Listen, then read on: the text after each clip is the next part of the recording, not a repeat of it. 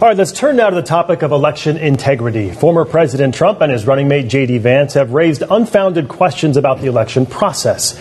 Do you trust the voting process, and will you accept the election results this November? Mr. Baumgartner, you have 1:30. I do trust the election process. I think it can be improved. I certainly will respect the results of the election.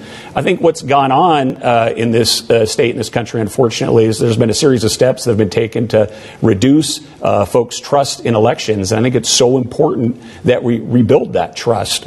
Even back stemming to the Dino Rossi, Christine Gregoire election, where Dino was ahead on election night and then 3 recounts, and then suddenly enough votes appeared to make Gregoire the governor. There was a certain amount of distrust. And then when folks like Washington State Congresswoman Carmela Conroy objected to President Trump being elected in 2016, that trust elected a little bit more. It's important that we restore that trust. What I would like to see be done, if it could be done, was to return to same-day voting. I think that brings a tremendous amount of civic pride to folks, and people would have more trust than the current process. But that would take action by our legislature. So in the meantime, we have to do as much as we can to secure elections. One thing that we should all do right now is show ID to get to vote. If you have to show ID to get into Costco or show ID to get an airplane, well, what's the most important thing you do in society is show ID to vote. That would be a simple measure if Republicans and Democrats could come together on it, which would help restore trust in elections. Thank you. Ms. Conroy, you have 1:30 as well.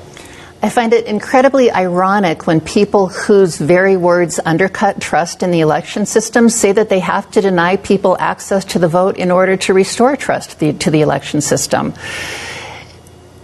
We, as American citizens, do not have to buy our way into our right to vote the way that we do if we buy a Costco membership or a ticket on an airplane. And how we vote, how we approach the polls, that is a states' rights issue.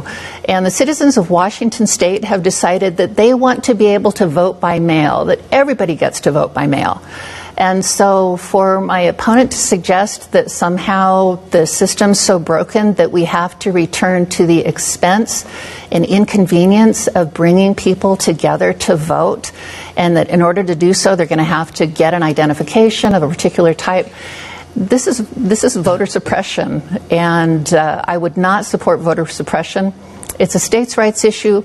Washingtonians love to be able to vote by mail, and we do in fact have close elections. I happen to think that the race for this seat is going to be a close election this year, and I'm looking forward to seeing those ballots come in, and we can gather and spend times and watch the returns with our friends, and I'm looking forward to do that too.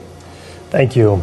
Quickly and in 15 seconds, if you could tell us, would you have voted to certify the 2020 election results? Mr. Baumgartner? Yes.